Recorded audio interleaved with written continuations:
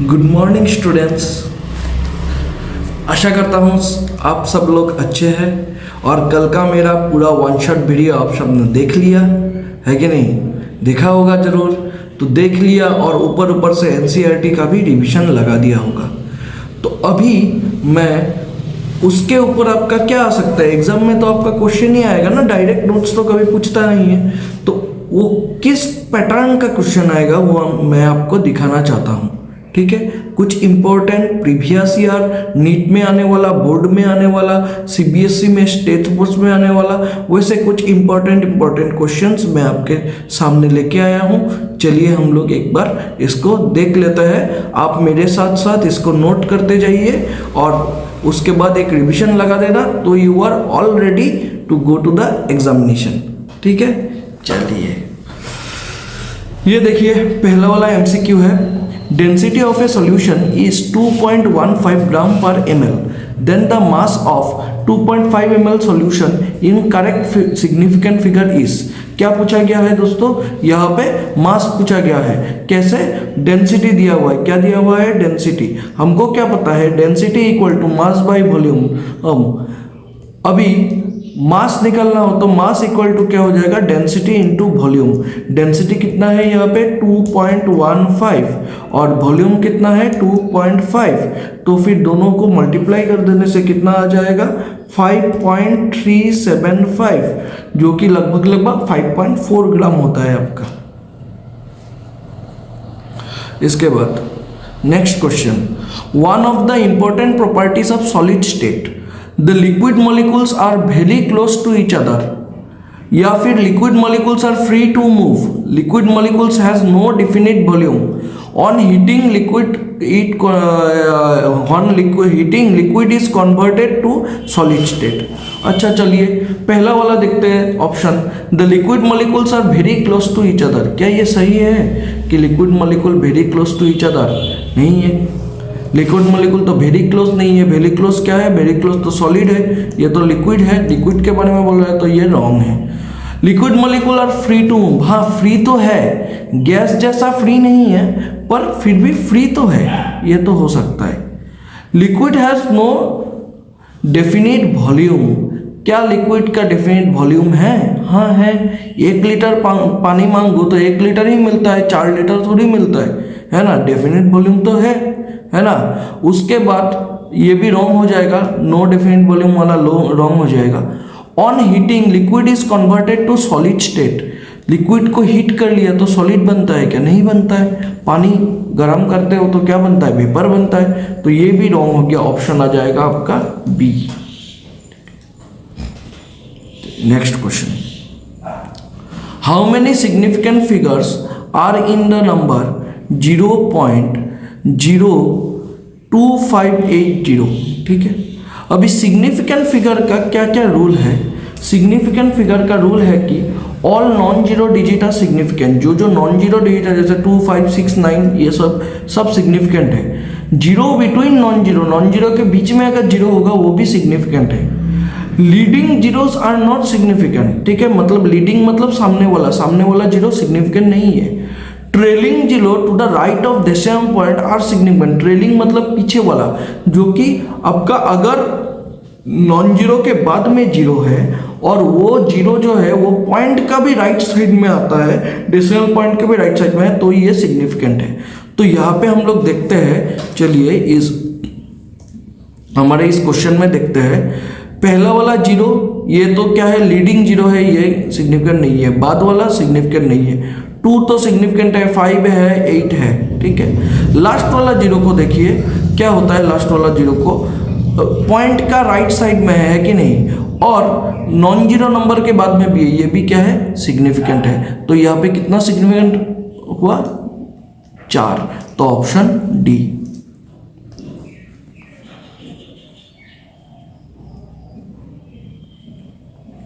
अभी दिया गया है a sample of pure carbon dioxide मतलब CO2। ठीक है, इरेस्पेक्टिव ऑफ इट्स सोर्स मतलब कहाँ से भी लिया गया कार्बन डाइऑक्साइड वो मैटर नहीं करता है, फिर भी कार्बन कितना कंटेन करता है, हर जगह से लिया हुआ कार्बन डाइऑक्साइड जो है वो क्या कंटेन करता है, 27.27% कार्बन होता है उसके अंदर, 72.34 ऑक्सीजन होता है। ठीक है, तो ये डाटा जो है किस लॉ के को मतलब क्या करता है, किस लॉ को सपोर्ट करता है। देखिए हम लोगों ने पढ़ा था ये लॉ, है कि नहीं स्टूडेंट्स, हम लोगों ने पढ़ा था, बहुत सारा लॉ पढ़ा था कल। उसमें से देखिए एक लॉ है, लॉ ऑफ कांस्टेंट कंपोजिशन। कल भी मैंने बोला था कि कहीं से भी आप पानी ले लीजिए, सब में परसेंटेज हाइड्रोजन का और ऑक्सीजन का सेम होगा, बोला था कि नहीं। तो यहाँ पे भी यही क्वेश्चन बोला गया है कि कार्बन डाइऑक्साइड जो है बहुत जगह से लिया गया है, फिर भी उसका जो कार्बन कंटेंट है वो हमेशा 27.27% और ऑक्सीजन कंटेंट 72.34% आता है। तो ये कौन सा लॉ को सपोर्ट करता है, लॉ ए होगा, law of constant composition.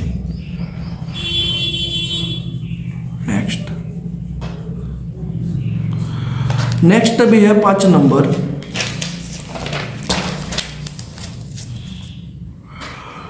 Fahrenheit दिया हुआ है कितना, 200 फ़ारेनहाइट दिया हुआ है। ठीक है, टेम्परेचर दिया हुआ है आपका फ़ारेनहाइट में, टेम्परेचर फ़ारेनहाइट में कितना दिया हुआ है, 200 फ़ारेनहाइट, F = 200। ठीक है, तो अभी क्या करना है, अब इसको सेल्सियस स्केल में क्या करना है, सेल्सियस स्केल में इसको लाना है। तो कल मैंने कुछ फॉर्मूला दिया था, क्या आपने उसे लिखा या स्क्रीनशॉट मारा, अगर नहीं किया तो अभी जाके कर लीजिए। ठीक है, मैंने टेम्परेचर के जब टेम्परेचर डिस्कस किया था तब कुछ फार्मूला दिया गया था। ठीक है, उसमें देखिए आप एक फार्मूला होगा C = F - 32 × 5/9। तो वहाँ पे आप क्या करेंगे, F के जगह पे लग लेंगे 200 - 32 × 5/9, तो हो जाएगा कितना, 168 × 5/9। तो आंसर आ जाएगा आपका 93.33 डिग्री सेल्सियस, ठीक है। Next, which of the following concentration is temperature dependent, temperature dependent. ठीक है, टेम्परेचर से चेंज होता है, कौन सा कॉन्सेंट्रेशन है यहाँ पे जो टेम्परेचर से चेंज होता है। तो चलिए देखते हैं हम लोग। यहाँ पे पहले दिया हुआ है आपका मोल फ्रैक्शन। मोल फ्रैक्शन में कोई ऐसा टर्म है जो कि नंबर ऑफ मोल्स है, नंबर ऑफ मोल्स चाहिए मोल फ्रैक्शन निकालने के लिए। मोल्स टेम्परेचर का इंडिपेंडेंट होता है, तो ये तो नहीं होगा। मोलारिटी, हाँ मोलारिटी क्या था, number of solute by volume. Volume जो है वो टेम्परेचर से डिपेंडेंट होता है, वॉल्यूम।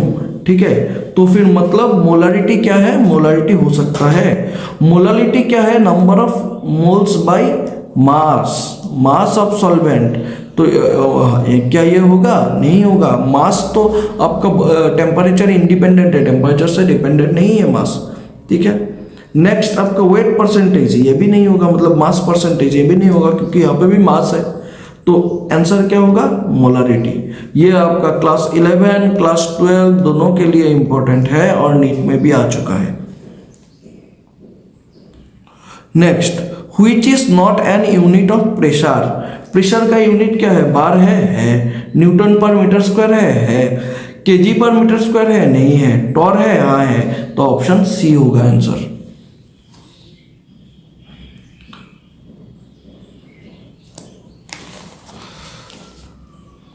नेक्स्ट ये 8 नंबर वाला, 8 नंबर वाला को करने के लिए हमें थोड़ा स्पेस भी चाहिए होगा।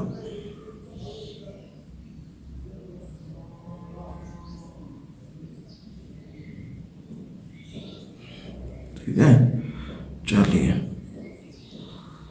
देखते हैं अभी क्या है इसमें।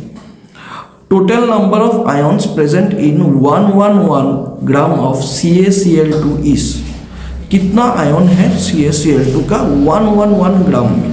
ठीक है, 1 मोल 2 मोल मतलब आंसर आपका मोल में आना है। ठीक है, पहले तो CaCl2 का क्या निकालेंगे, मॉलिक्यूलर मास निकालेंगे, मॉलिक्यूलर मास निकालेंगे। कितना होगा, Ca का कितना था, Ca का था 40 और Cl2 का कितना था 35.5 था एक Cl का, इंटू 2 कर देंगे तो क्या हो जाएगा आपका 111 हो जाएगा, 111 हो जाएगा ग्राम पर मोल।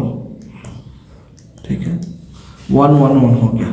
ठीक है, अभी हम लोग क्या देखते हैं, CaCl2 में कितना आयन है,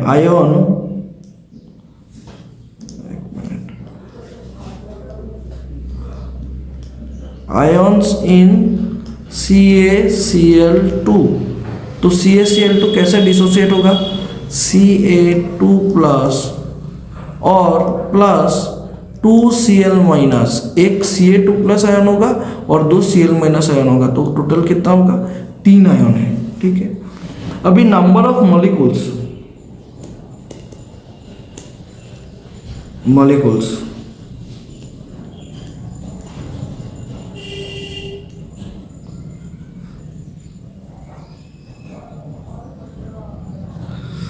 नंबर ऑफ मोल्स पहले निकालते हैं। चलिए नंबर ऑफ मोल्स पहले निकालते हैं, नंबर ऑफ मोल्स। ठीक है, नंबर ऑफ मोल्स कैसे निकालेंगे, given mass by molar mass. Given mass कितना है 111, मोलर मास कितना है 111, तो कितना होगा 1 मोल। 1 मोल हो गया कि नहीं, 1 मोल। ठीक है, अभी ये 1 मोल में कितना मॉलिक्यूल होगा, 1 मोल में अगर मॉलिक्यूल पूछते हैं तो 6.02 इंटू 10⁻23 मॉलिक्यूल होगा कि नहीं होगा, इतना मॉलिक्यूल तो होगा ही होगा। ठीक है, चलिए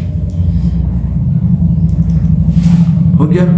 अभी आयन कितना होगा, एक मोल में कितना आयन होगा, मतलब नंबर ऑफ मोल कितना है 1 ग्राम में 1 मोल है, 1 मोल में कितना आयन होगा, 1 मोल में 3 आयन होगा, 3 आयन होगा 3, तो 3 मोल आयन।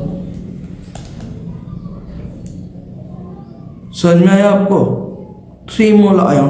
ठीक है, पहले हमने क्या किया, हमने इसका मोलिकुलर मास निकाला, उसके बाद इसका नंबर ऑफ आयन कितना है वो निकाला, उसके आयन्स कितना है CaCl2 में फॉर्मूला से निकाल दिया, उसके बाद नंबर ऑफ मोल निकाला, आया 1 मोल। ठीक है, और इसका 1 मोल आपका क्या बोलते हैं, 1 मोल में कितना आयन हो सकता है, एक CaCl2 में 3 आयन है, तो 1 मोल CaCl2 में कितना आयन होगा 3 मोल आयन, है ना, CaCl2 3 मोल आयन, या फिर लिख सकते हैं 3 इंटू 6.02 इंटू 10⁻23 आयन।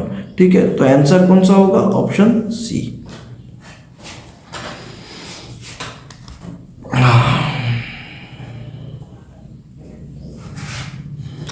नेक्स्ट आपका देखिए, an organic compound contains carbon, hydrogen and oxygen. Its elemental analysis gave carbon 38.71%, hydrogen 9.67%। Empirical formula क्या होगा इसका पूछा गया है, तो हम लोग को ये पता है एम्पिरिकल फार्मूला और मॉलिकुलर फार्मूला के बारे में। ठीक है, तो एम्पिरिकल फार्मूला पूछा गया है तो हमको सिंपल रेशियो निकालना पड़ेगा। ये हम लोग ये जो टेबल है ऐसे टेबल बना देंगे, एलिमेंट लिखेंगे, क्या क्या एलिमेंट है, कार्बन दिया हुआ है, हाइड्रोजन दिया हुआ है, ऑक्सीजन दिया हुआ है, उसके बाद इसका परसेंटेज लिखेंगे, उसके बाद एटॉमिक मास लिखेंगे, उसके बाद इसका मोल रेशियो या नंबर ऑफ मोल्स निकालेंगे। ठीक है, कितना आएगा 3.22, 9.67, 3.22 इतना आ गया इसका।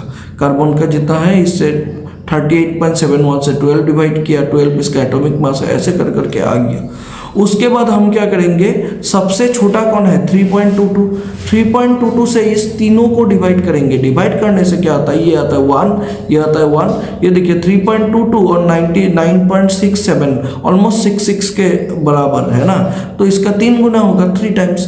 तो क्या कौन 3 गुना हुआ, कार्बन हुआ कितना 1, तो 1, हाइड्रोजन कितना 3, तो ऑक्सीजन 1। फॉर्मूला में तो हम लोग 1 नहीं लिखते, इसलिए इसको क्या लिखेंगे CH3O। तो ऑप्शन कौन सा होगा, ऑप्शन होगा सी, ऑप्शन सी। ठीक है,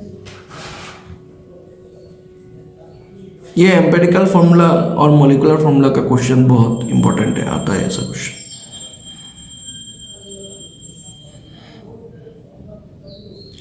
नेक्स्ट है, which one will have maximum number of water molecule, ठीक है, वाटर मॉलिक्यूल सबसे ज़्यादा किस में होगा, ठीक है।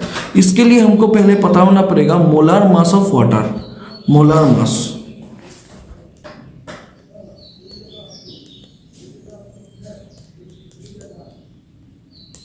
मोलार मास ऑफ H2O कितना हो रहा है, 2 × 1 + 16 = 18 ग्राम पर मोल,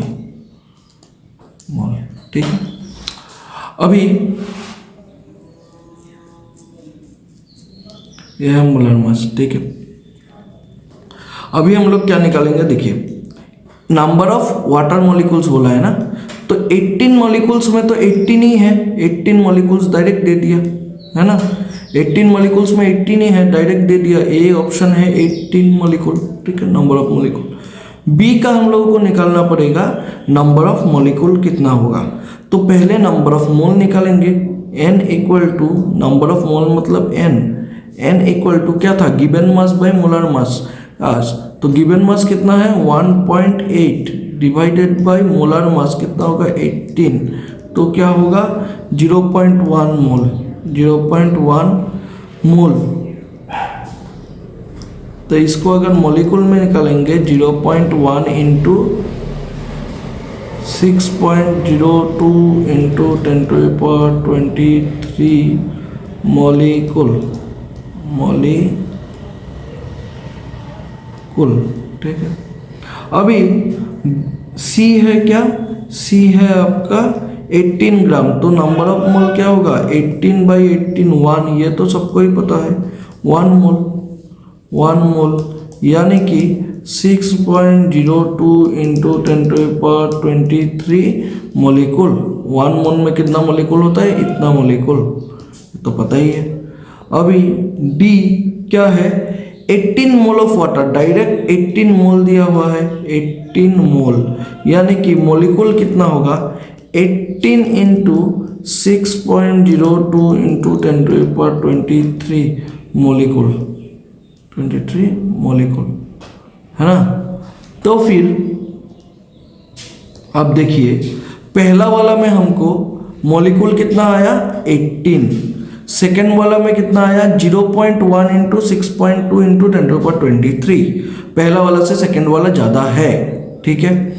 उसके बाद है क्या, उसके बाद है 1 मोल, ठीक है। उसके बाद कितना आया 1 मोल, मतलब सी नंबर ऑप्शन है ना। मॉलिक्यूल कितना आया 6.02 × 10⁻23, ये बाकी दो से ए और बी से क्या है ज़्यादा है। लास्ट में क्या आया 18 मोल, मतलब 18 × 6.02 × 10⁻23, ये सबसे ज़्यादा है, ठीक है। तो फिर ऑप्शन क्या होगा, आंसर कौन सा होगा, आंसर होगा आपका ऑप्शन डी, राइट आंसर, ठीक है। तो अभी next question, 1 mole of carbon weighs 12 gram, the number of atom equal to, कितना होगा, कितना नंबर ऑफ एटम होगा, ठीक है। 1 मोल कार्बन का वेट तो दिया हुआ है, 1 मोल कार्बन का कितना दिया हुआ है 12 ग्राम, और मास ऑफ 1 कार्बन एटम का दिया हुआ है इतना, ठीक है। तो देखिए हम लोग ऐसा लिख सकते हैं 1.993 ×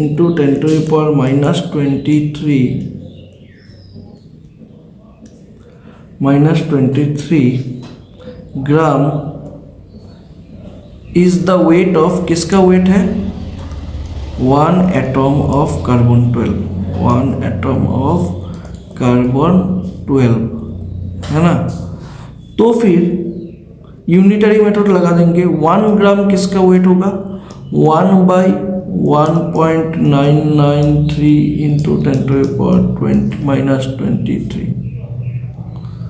10⁻23 ठीक है। उसके बाद आपका कितना 12 ग्राम 12 ग्राम कितना का होगा 12/1.993 × 10⁻23।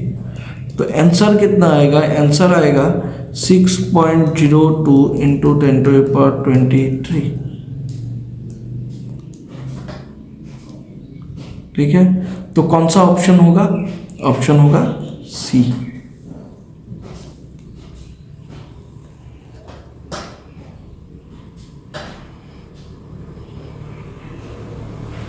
Next, the number of moles of hydrogen required to produce 20 moles of ammonia through Haber's process। तो एमोनिया जो प्रोड्यूस होता है हेबर्स प्रोसेस में, उसका रिएक्शन क्या होगा? उसका रिएक्शन होगा N2 plus 3H2 reversible 2NH3। इसका मतलब क्या? अगर एक N2 हुआ और 3 हाइड्रोजन हुआ, तभी जाके 2 क्या फॉर्म होगा? एमोनिया फॉर्म होगा। तो यहाँ पे दिया गया है 20 मोल एमोनिया क्या हुआ? फॉर्म हुआ। 20 मोल एमोनिया मतलब अगर एक नाइट्रोजन लग के 2 एमोनिया फॉर्म होता है, तो फिर 10 नाइट्रोजन लग के 20 होगा। 10 नाइट्रोजन, एक नाइट्रोजन के साथ 3 हाइड्रोजन चाहिए होगा, तो आपका 10 नाइट्रोजन के साथ 30 हाइड्रोजन चाहिए होगा। 30 हाइड्रोजन है कि नहीं? 30 हाइड्रोजन चाहिए होगा, तब जाके क्या होगा? तब जाके 20 मोल एमोनिया आपका क्या होगा? फॉर्म होगा। तो फिर आंसर कितना होगा? 30 मोल।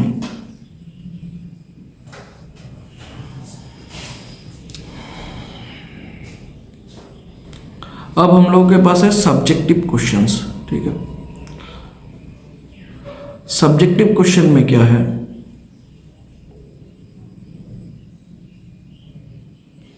सब्जेक्टिव क्वेश्चन में है वो पहले जैसा ही 98 डिग्री फ़ारेनहाइट दिया हुआ है, उसको केल्विन में कन्वर्ट करना है।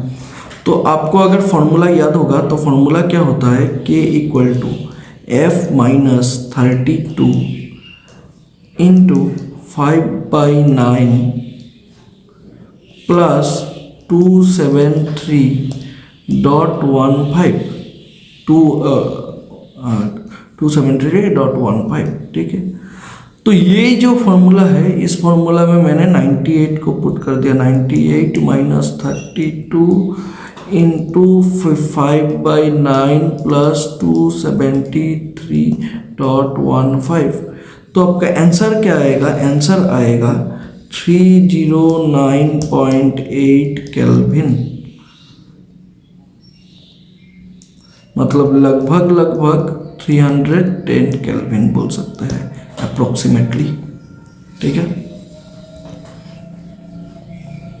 चलिए, इसके लिए ये फॉर्मूला आपको पूरा लर्न करने का जरूरत नहीं है। यहाँ पे भी एक ट्रिक है, देखिए। केल्विन क्या होता है हमको क्या पता है? Kelvin equal to Celsius plus 273.15। तो ये सेल्सियस के जगह पे हम क्या देंगे? फ़ारेनहाइट का वो देंगे। सेल्सियस इक्वल टू क्या था? F माइनस 32 इंटू 5/9, वही पुट कर दिया। समझ में आया? बाकी तो सब सेम है। तो ये ट्रिक्स थोड़ा याद रखने से। नेक्स्ट आपका calculate the number of moles in 60 gram NaOH। 60 gram NaOH, ठीक है, गिवन कितना दिया हुआ है? 60 ग्राम। आपको दिया हुआ है 60 ग्राम। ठीक है, नंबर ऑफ मोल्स कैसे निकालना है? Given mass by molar mass 60 bye molar mass. Molar mass अगर निकालेंगे NaOH का, तो Na का कितना आएगा? Molar mass. Na का कितना आता है? Atomic mass 23। O का कितना आता है? 16। H का कितना आता है? 1। प्लस कर दीजिए, 40 आ जाएगा। तो इस 40 को यहाँ पे रख दीजिए, तो क्या हो जाएगा? 1.5। ठीक है, 1.5 मोल हो गया। Very easy question.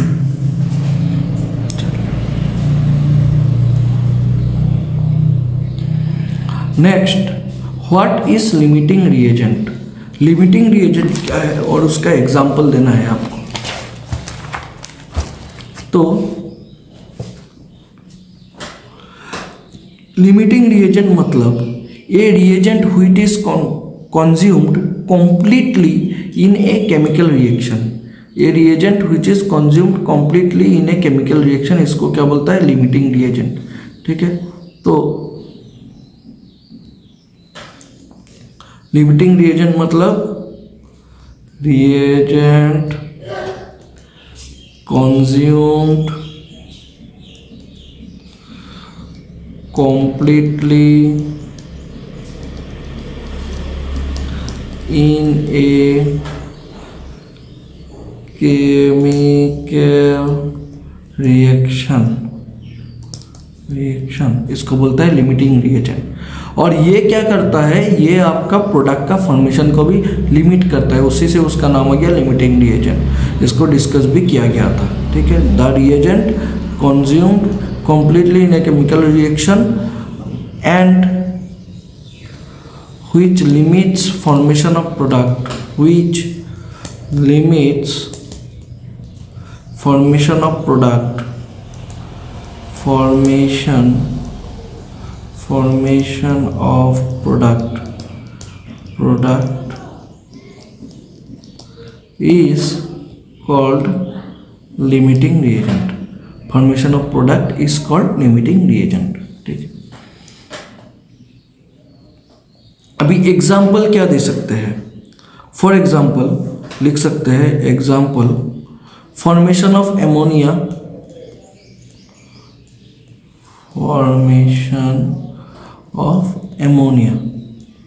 NH3, ठीक है।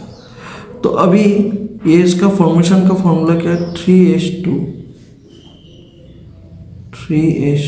सॉरी,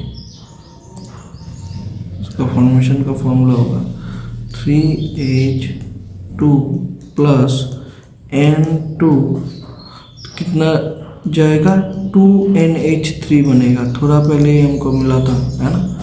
तो ये जो फॉर्मूला है, इसमें देखिए आपका मोलर मास कैलकुलेट करना है। हाइड्रोजन का मोलर मास कितना है? 6 ग्राम।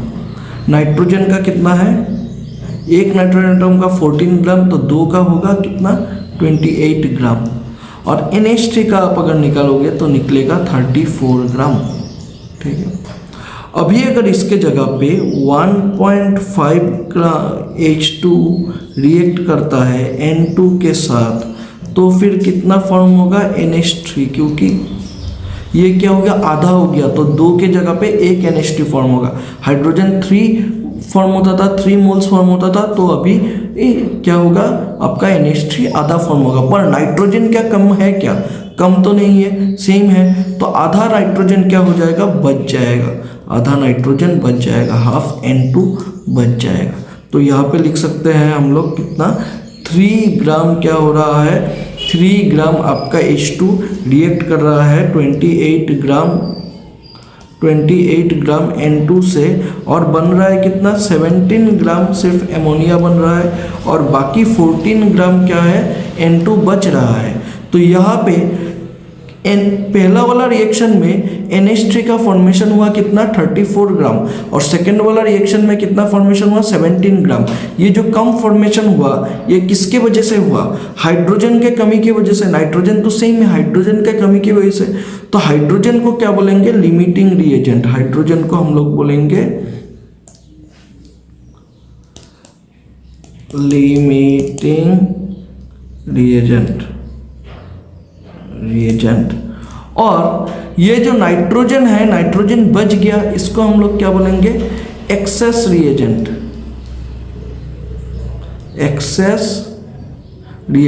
ठीक है, एक्सेस रिएजेंट इसको बोलेंगे। एक्सेस है, ये एक्सेस में रहेगा।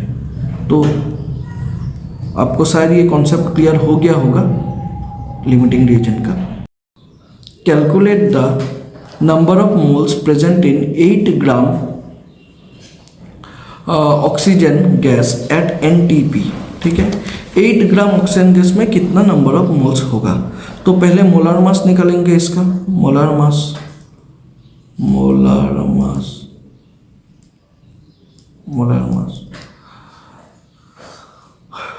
ऑक्सीजन मतलब क्या? ऑक्सीजन मतलब फॉर्मूला क्या है? O2, ठीक है। तो मोलर मास निकालने के लिए कितना होगा? एक ऑक्सीजन का होता है 16, 2 ऑक्सीजन का होगा 2 × 2, तो होगा 32 ग्राम पर मोल। अभी 8 ग्राम क्या दिया हुआ है? ऑक्सीजन का वो दिया हुआ है, ठीक है। तो अभी हम लोग नंबर ऑफ मॉलिक्यूल्स पूछा गया है, पहले नंबर ऑफ मोल्स निकालते हैं। n इक्वल टू कितना दिया हुआ है 8 ग्राम बाई 32 ग्राम, ये हो गया मोल। ठीक है, इसका मॉलिक्यूल निकालेंगे तो 8 by 32 into 6.02 into 10 to the power 23 molecule.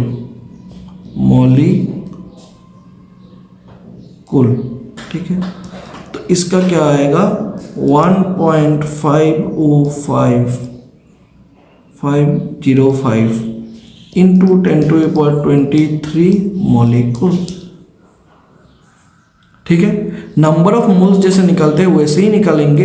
एक मोल में 6.02 इंटू 10 टू पावर 23 मॉलिक्यूल्स होता है, तो उस नंबर को ऐड कर दे, मल्टीप्लाई कर देंगे, तब जो वैल्यू आएगा वो उसका नंबर ऑफ मॉलिक्यूल्स होगा। ठीक है, next question, calculate the number of moles in 10 gram of CH4। CH4 methane का 10 ग्राम में कितना नंबर ऑफ मोल्स होगा। सेम मीथेन का मोलिकुलर मास निकालेंगे। मोलिकुलर मास mm दे देता है शॉर्ट फॉर्म में। मोलिकुलर मास कितना होगा 12 + 4 × 1 = 16। ठीक है, उसका नंबर ऑफ मोल्स कितना होगा ग्राम पर मोल। नंबर ऑफ मोल्स कितना होगा, नंबर ऑफ मोल्स तब होगा गिवन मास बाय मोलर मास 10/16। तो 10/16 करने से आपका आएगा 0.625 मोल्स। अच्छा, नेक्स्ट आता है a piece of metal is 3 inch, express the length in centimetre. अभी 1 इंच इक्वल टू कितना सेंटीमीटर है, 1 inch equal to 2.54 cm।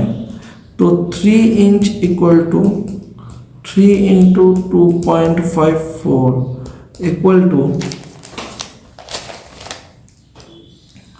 7.62 cm।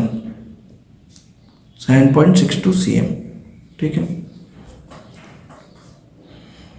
Next, how many oxygen atom are present in 2 mole of oxygen gas. अच्छा देखिए, oxygen gas मतलब O2, इसमें कितना atom है 2 atom है। ठीक है, 2O2 मतलब क्या है 2 मोल ऑक्सीजन गैस। एक मोल में कितना होता है, एक मोल में होता है आपका 6.02 into 10 to the power 23 into 2 oxygen gas, क्योंकि कितना एटम है 2 एटम है ना, और साथ में और एक 2 लगा हुआ है 2 मोल्स, तो और 2 होगा। तो ये कितना होगा, इसको मल्टीप्लाई करके आपको मिल जाएगा 24.088 अच्छा 88 इंटू 10 टू द पावर 23। इतना क्या होता है, इतना आपका ऑक्सीजन एटम मिलेगा आपको। ठीक है, next, find the molarity of 5 gram NaOH in 25 ml solution. Very easy, molarity के लिए आपको नंबर ऑफ मोल्स निकालना पड़ेगा। नंबर ऑफ मोल्स निकालिए। नंबर ऑफ मोल्स कितना होगा, नंबर ऑफ मोल्स होगा आपका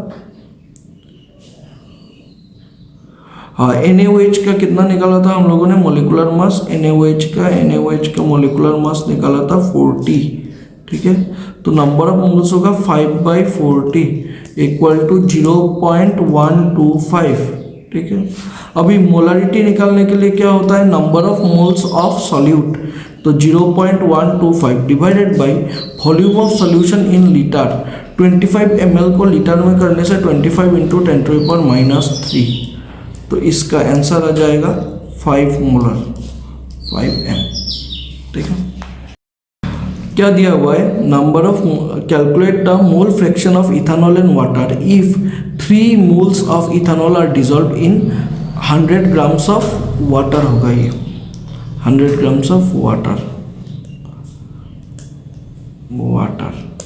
अभी इथेनॉल कितना दिया हुआ है, इथेनॉल को पकड़ लेते A, कितना मोल दिया हुआ है 3 मोल।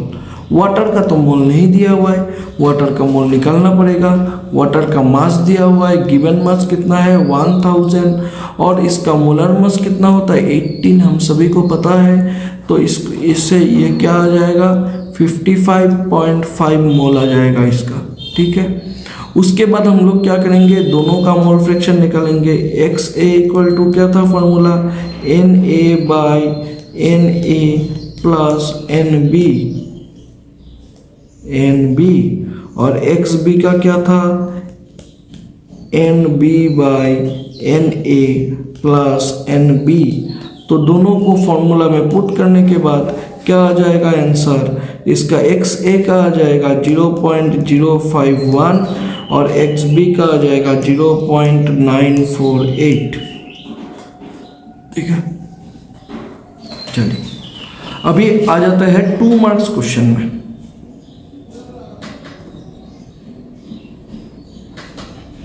Determine the number of moles present in 1.8 gram of water. Number of moles सीधा बात है n equal to given 1.8 divided by molar mass 18, तो कितना होगा 0.1। बहुत इजी आंसर। अच्छा अभी next, calculate the amount of water formed when 3 gram of H2 reacts with 29 gram of O2। Also find the limiting and excess reagent and find out the amount of excess reagent remain and unutilized होगा, UN होगा, remain unutilized, ठीक है, unutilized। तो क्या बोला गया है कि H2 और O2 जो रिएक्शन है जिससे H2O बनता है, वाटर बनता है, उस रिएक्शन वैसा एक रिएक्शन हुआ है जिसमें 3 ग्राम H2 किसके साथ रिएक्ट किया, 29 ग्राम O2 के साथ रिएक्ट किया। उसके बाद क्या फाइंड करना है, इसमें क्या कौन सा लिमिटिंग रिएजेंट है और कौन सा एक्सेस रिएजेंट है, और अमाउंट ऑफ वाटर फाइंड करना है, कितना फॉर्म हुआ है और कितना एक्सेस रिएजेंट अनयूटिलाइज्ड है, ठीक है। तो अभी देखते हैं, चलिए अच्छा से आपको समझ में आएगा। पहले इसका बैलेंस इक्वेशन लिखते हैं, 2H2 plus O2 goes to 2H2O, ठीक है। बहुत सुंदर से लिखते हैं, 2H2 plus O2 arrow 2H2O, ठीक है। तो अभी इनका मोलर मास निकालेंगे। इसका क्या होगा, 2 × 2 × 1, हाइड्रोजन कितना है 1, तो 4 ग्राम 4 ना। इसका कितना होगा 2 × 16 तो 32। इसका कितना होगा 2 × 18 तो 36। इसका क्या है, ये सब क्या है मोलर मास, ठीक है। अभी देखिए क्या दिख रहा है यहाँ पे, 4 ग्राम H2 react with 32 gram O2 है कि नहीं। तो फिर यहाँ पे क्या दिया हुआ है 3 ग्राम H2। 3 ग्राम H2 कितना O2 के साथ रिएक्ट करेगा, 3 ग्राम H2 react with 32/4 × 3 equal to कितना होगा आपका 24 ग्राम O2। मतलब इतना ग्राम O2 से रिएक्ट करेगा। तो फिर देखिए हाइड्रोजन के कम होने की वजह से ऑक्सीजन क्या हो रहा है, कम रिएक्ट हो रहा है, बच जा रहा है, ऑक्सीजन अनयूटिलाइज्ड रह जा रहा है, ठीक है। इसका मतलब यहाँ पे हाइड्रोजन क्या है, हाइड्रोजन है यहाँ पे लिमिटिंग रिएजेंट, जो क्या करता है फुल्ली कंज्यूम्ड हो जाता है, 3 ग्राम का 3 ग्राम ही कंज्यूम होगा। और O2 क्या है एक्सेस रिएजेंट, पूरा कंज्यूम नहीं होगा, 32 ग्राम है उसमें से 29 ग्राम दिया हुआ है, इसमें से सिर्फ 24 ग्राम ही कंज्यूम होगा, ठीक है। देयरफॉर हाइड्रोजन को हम लोग लिख सकते हैं, hydrogen is the limiting reagent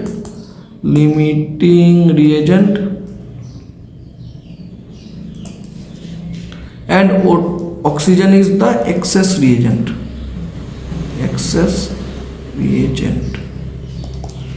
ठीक है। इतना तक क्लियर है। तो अभी अमाउंट ऑफ वाटर कैसे निकालेंगे, ओके देखिए। अभी देखिए हमने क्या निकाला था कि 4 ग्राम H2 क्या देता है, प्रोड्यूसेस कितना प्रोड्यूस करता है, प्रोड्यूसेस 36 ग्राम वाटर, है कि नहीं है।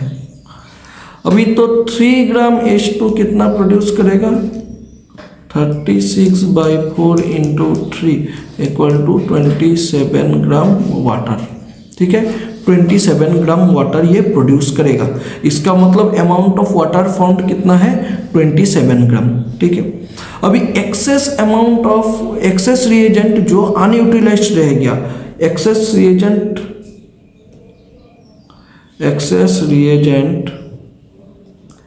Unutilised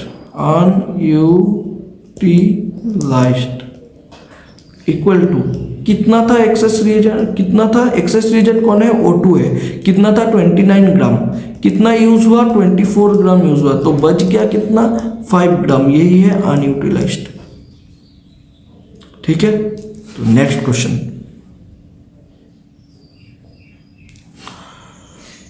calculate the amount of water produced on complete combustion of 1.6 gram of methane, ठीक है। तो 1.6 ग्राम ऑफ मीथेन का कंप्लीट कॉम्बशन होने से क्या होता है, कॉम्बशन ऑफ मीथेन आपको याद होगा तो मैंने कराया था CH4 प्लस O2 एरो देने से CO2 प्लस 2H2O।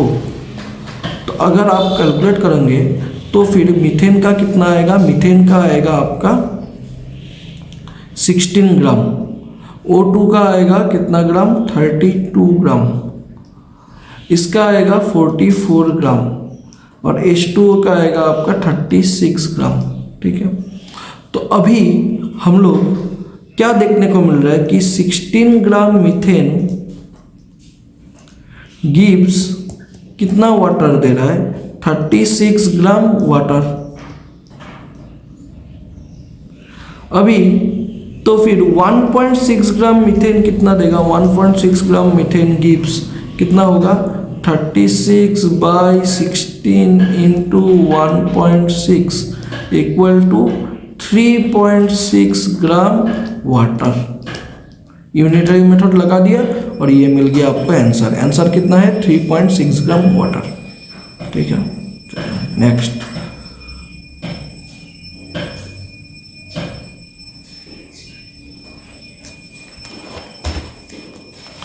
ये फिर से क्वेश्चन है एम्पेरिकल और मॉलिक्यूलर फॉर्मूला के ऊपर।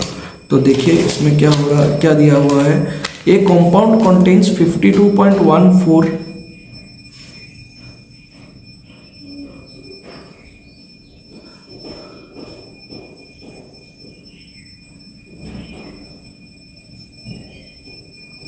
एक मिनट हो गया,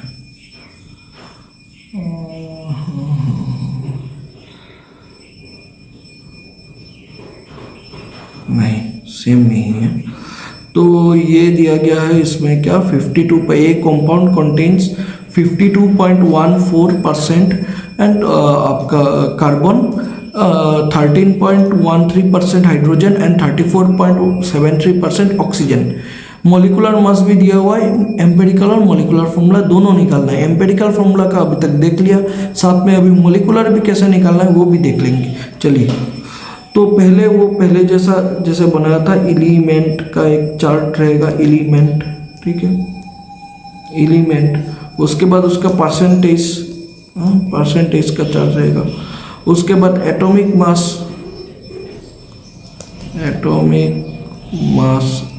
मास का एक चार्ट रहेगा, उसके बाद मोल्स का एक चार्ट रहेगा, नंबर ऑफ मोल्स, उसके बाद simple whole number ratio, simple ratio, ठीक है। तो अभी एलिमेंट क्या क्या दिया हुआ है, कार्बन दिया हुआ है, हाइड्रोजन दिया हुआ है और क्या दिया हुआ है, ऑक्सीजन दिया हुआ है। ऑक्सीजन,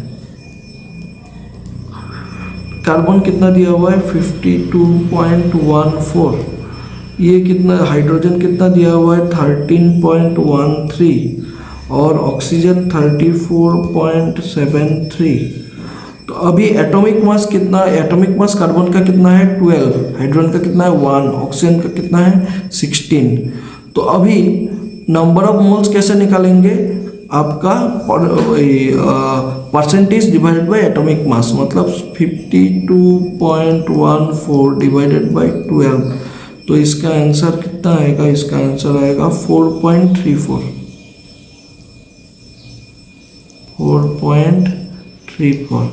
सेम नीचे वाला का 13.13 डिवाइड बाई 1, तो कितना आएगा 13.13।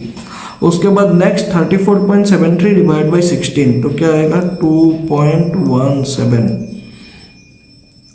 अभी इनसे सबसे छोटा जो नंबर है कौन सा है, 2.17, उससे सबको डिवाइड कीजिए। 2.17 से 4.34 को डिवाइड करने से 2 आएगा। 2.17 से 13.16 को डिवाइड करने से 16 आएगा। 2.17 से 2.17 को डिवाइड करने से 1 आएगा। ठीक है, तो आपको क्या मिल गया, अभी आपको मिल गया सिंपल रेशियो। आपका क्या बोलते हैं, कार्बन का कितना है 2, हाइड्रोजन का है 6, ऑक्सीजन का 1, मतलब इसका एम्पेरिकल फॉर्मूला कितना है C2H6O। ठीक है, इतना क्लियर है। चलिए अभी इसका मॉलिक्यूलर फॉर्मूला निकालेंगे। मॉलिक्यूलर फॉर्मूला निकालने के लिए क्या निकालना पड़ेगा, पहले एम्पेरिकल फॉर्मूला मास निकालना पड़ेगा। एम्पेरिकल फॉर्मूला मास तो कितना था, C2H6O, तो 2 इंटू 12 होता है, plus 6 into 1 plus 16 equal to कितना है 46 ग्राम पर मोल। ठीक है, अभी इसका n का वैल्यू निकालना पड़ेगा। n मतलब क्या है दोस्तों, मॉलिक्यूलर